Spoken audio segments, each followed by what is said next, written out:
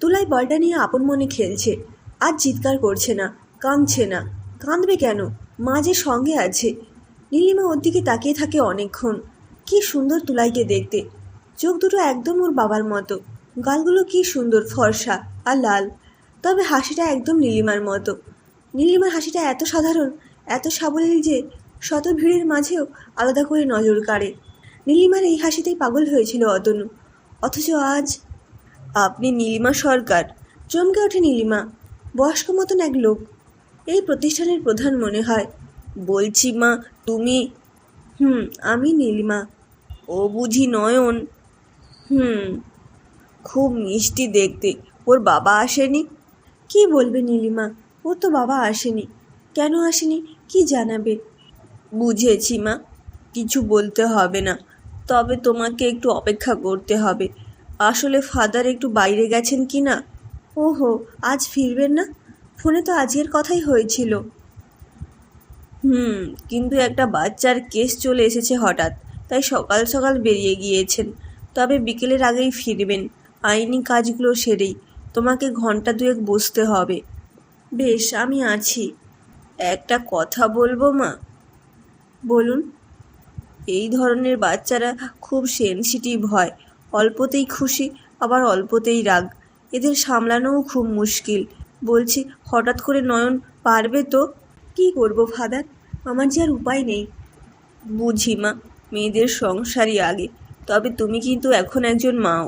পারবে থাকতে? পারবো। বেশ, পারলেই ভালো। বসো তুমি, আমি তোমাদের লাঞ্চটা একটু দেখছি। নীলিমার এই পারবো কথাটাতে খুব অবিশ্বাস আজ। পারবো বললেই কি পারা যায়? নীলিমার খুব কষ্ট হচ্ছে। তুলাইয়ের মুখটা এত মায়াবী, একদম অতনুর মতন। নীলিমা দেখে তুলাই খেলতে খেলতে মাটিতে ঘুমিয়ে পড়েছে। কে বলবে ওর বয়স 7। বোধবুদ্ধি এখনও তো সেই 3 বছরের বাচ্চার মতো, কখনো কখনো তারও কম। ওকে কোলে উঠিয়ে মাটিতে বসে নীলিমা মাথায় হাত বুলিয়ে দিতে থাকে।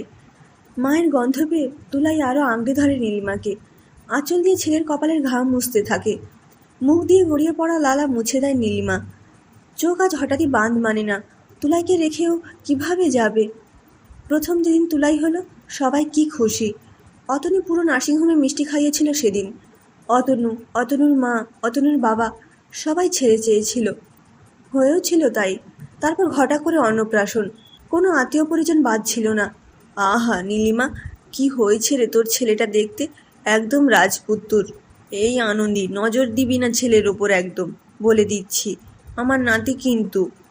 আহা গো দিদি, নজর কোথায় দিলাম? অমন ছেলে দেখলে মুখ দিয়ে আপনার থেকেই বেরিয়ে আসে গো।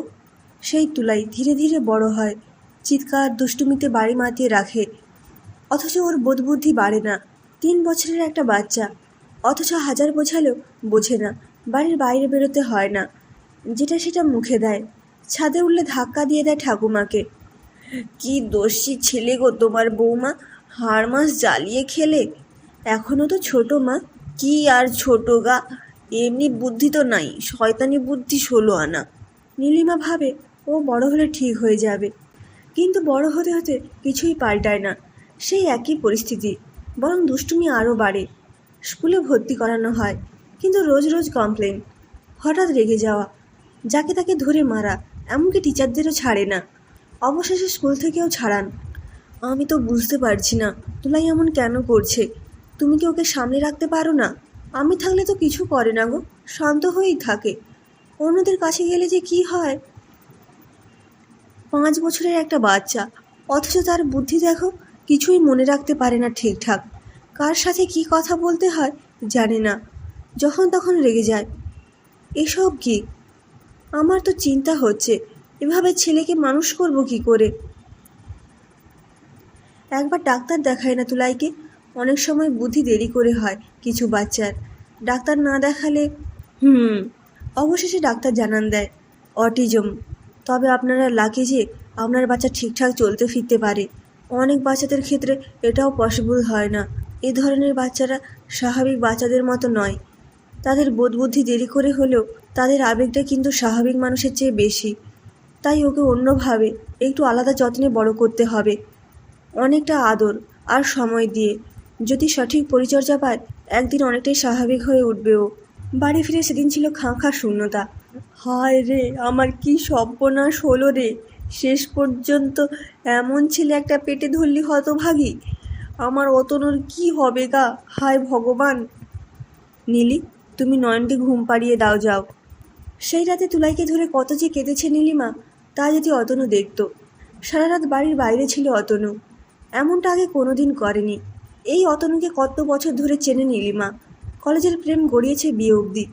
যদিও অতনুর মা বাবা আরও সুন্দর মেয়ে চেয়েছিলেন, তবু নীলিমার সেই হাসি অতনুকে বাধ্য করেছিল সারা জীবনের মতন করে নেওয়ার জন্য। আজ সেই অতনু এক ধাক্কায় অনেকটা দূরে সরে গিয়েছে। মাঝরাতে যখন বাড়ি ফিরল অতনু, গা দিয়ে ভকভক করে মদের গন্ধ। অতনু জানে এটা তার ভুল নয়, নীলিমারও নয়, তবুও কোথাও না কোথাও তাদেরই যেন হার। তারপর ধীরে ধীরে তুলাইয়ের ভালোবাসা কমতে লাগলো সংসারে। এখন আর কেউ ওর খাওয়া ঘুমানোর খোঁজ নেয় না। ওর চিৎকার অসহ্য হলে মেরেও দেয় 2-3 ঘা। নীলিমা অফিসে গেলে ওকে দরজা বন্ধ করে রেখে দেয়। অন্ধকার ঘরে ভয় দেখিয়ে চুপ করিয়ে রাখা হয়। ধীরে ধীরে তুলাই আরও খারাপের দিকে যেতে লাগলো। খেলাধুলো কিচ্ছু করে না, খায় না, শুধু জিনিসপত্র ভেঙে চিৎকার করতে থাকে। বৌমা, এমন ছেলে থাকলে ঘরে কেউ কেমনে থাকে গা? ও ছেলের আশা ছেড়ে দাও। মা, কি বলছেন আপনি এসব? আহা, সাধে কি বলি, কিন্তু ওর কি আশা বলো? তার চেয়ে আর একটা বাচ্চার কথা ভাবো দেখিনি। আর হ্যাঁ, এবার পরীক্ষা করে তবে বাচ্চা নেবা। আপনি কি বলছেন? আপনি জানেন এমন নির্দয় হলেন কবে থেকে? আহা মোলোজা, অমন পাগল নাতি দেখলি কার মাথা এবার ঠিক থাকে? আমার অতনু তো সুস্থ সবল, তোমারই কোনো গলদ বৌমা। আমার তুলাই পাগল না, ওই বাড়িরই ছেলে। আমি ওর মা, ওকে ফেলে দেব কি করে? আপনি পারতেন। বালাই ষাট, 3টে বাচ্চার মা গো আমি। তোমার মতন বয়সে তুলাই আমার আঁচল ধরে আকুলে যায়। তোমার মতন হাওয়া ভাতের ঘর থেকে তো আর আসিনি গা।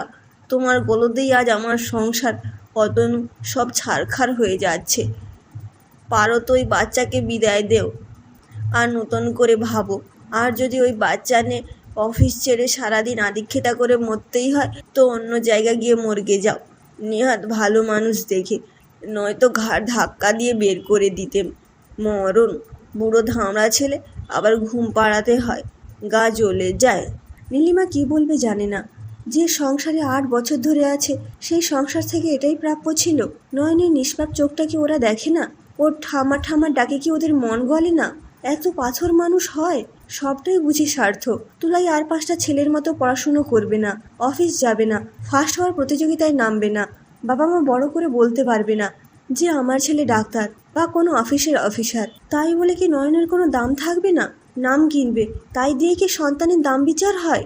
অতনু এখন আর সংসারে মন দেয় না। কি জানি, ওর আর কিছুতেই মন নেই। ঠিকঠাক রাতে ফেরে না, খায় না, আর যদিও বা ফেরে, মা চিৎকার করে বাড়ি মাথায় করে। তবে পরশু একটু বেশি হয়ে গিয়েছিল।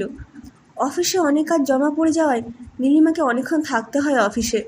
রাতে বাড়ি ফিরেই দেখে অতনু দরজার সামনে বসে। এই কি, তুমি আজ এত তাড়াতাড়ি? তোমার ফোন কোথায়? আমার কাছেই। কেন? কতবার ফোন করেছি দেখেছ? কেন গো, আসলে কি হয়েছে? অতনু হঠাৎ খুব শক্ত করে ধরে ওর হাতটা। এই অতনু ওর হাত ধরে কতবার বাসে উঠিয়েছে, কতবার রাস্তা পার করিয়েছে। সে ছোঁয়া ছিল কত নরম। আজ অতনু অনেক বেশি রূঢ়, কঠোর। অতনু, আমার খুব লাগছে, আসতে। দেখো। নীলিমা দেখে মা বিছানায় শোয়া, হাতে ব্যান্ডেজ। এ কি হয়েছে মা? থাক, আর আদিক্ষেতা করে ঘুম ভাঙাতে হবে না। তোমার গুণধর ছেলে আজ মাকে প্রায় মেরেই ফেলেছিল। ধাক্কা দিয়েছে সিঁড়ি দিয়ে, হাতের ওপর দিয়ে গিয়েছে, তাই রক্ষা। যদি মাথা ফেটে যেত? তুলাই ছাদে তো যায় না, ও কিভাবে? আমি এভাবে পারছি না নীলি, এবার একটা সিদ্ধান্ত নিতেই হবে। তুমি তো জানোই তুলাই। এই নাও একটা স্বেচ্ছাসেবী সংস্থার ঠিকানা, একটা মিশন এটা চালায়। ওখানকার ফাদাররা এমন বাচ্চাদের দেখাশুনো করে এবং সবাই ভালো। মানে এসব কি বলছো তুমি অতনু? তুলাই ওখানে থাকবে? না না অতনু, এমন বলো না। ও যে আমাকে ছাড়া ঘুমোতে অবধি পারে না, ভাতটাও মেখে খাইয়ে দিতে হয়। দেখো না, কেমন অশান্ত হয়ে যায় আমাকে ছাড়া। কেমন করে থাকবে গো? স্নান করে চুল আঁচড়ে দিতে হয় এখনও। খাতায় আমাকে ছাড়া আগে বুকে পর্যন্ত করে না। কেমন করে ফেলে আসবো গো? আমি পারবো না, পারবো না। তবে আমাকে কি করতে বলো? আমি কি মাকে ফেলে আসবো? দুজনকে একসাথে ঘরে রেখে যাওয়া?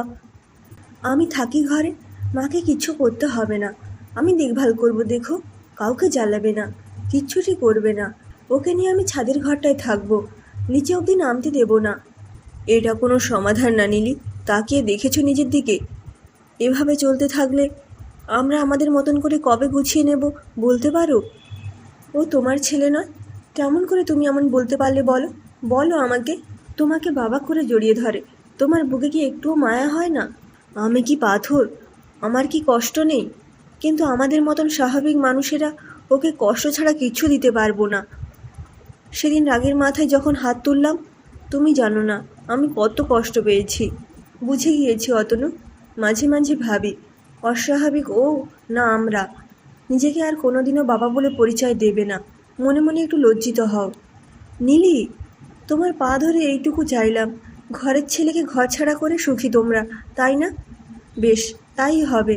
তুলাই থাকবে না, আর কোনোদিনও আসবে না, কোনোদিনও না। সেদিন অতনু শুধু মায়ের ভাঙা হাতটাই দেখেছিল, ওর চোখে পড়েনি তুলাইয়ের পিঠে কালশিটে দাগগুলো। অন্ধকার ঘরে আটকে থেকে জ্বরে ভোগা ছেলেটাকে কোলেও তুলে নেয়নি নীলিমা ছাড়া। নীলিমা সরকার? ফাদার। আসুন। ফাদার জোসেফ এসে গিয়েছেন। কিছু ফর্মালিটি রয়েছে, ওসব পুরো করতে হবে। তুলাইকে রেখে আসবার আগে নীলিমা একবার পেছন ফিরে তাকায়। তুলাই ঘুমোচ্ছে। কাছে গিয়ে মুখ থেকে আঙুলটা বের করে কপালে একটা চুমু আঁকে। তুলাইয়ের ফোলা ফোলা গালগুলো লাল হয়ে রয়েছে। নীলিমা আর থাকতে পারে না, দৌড়ে বেরিয়ে আসে।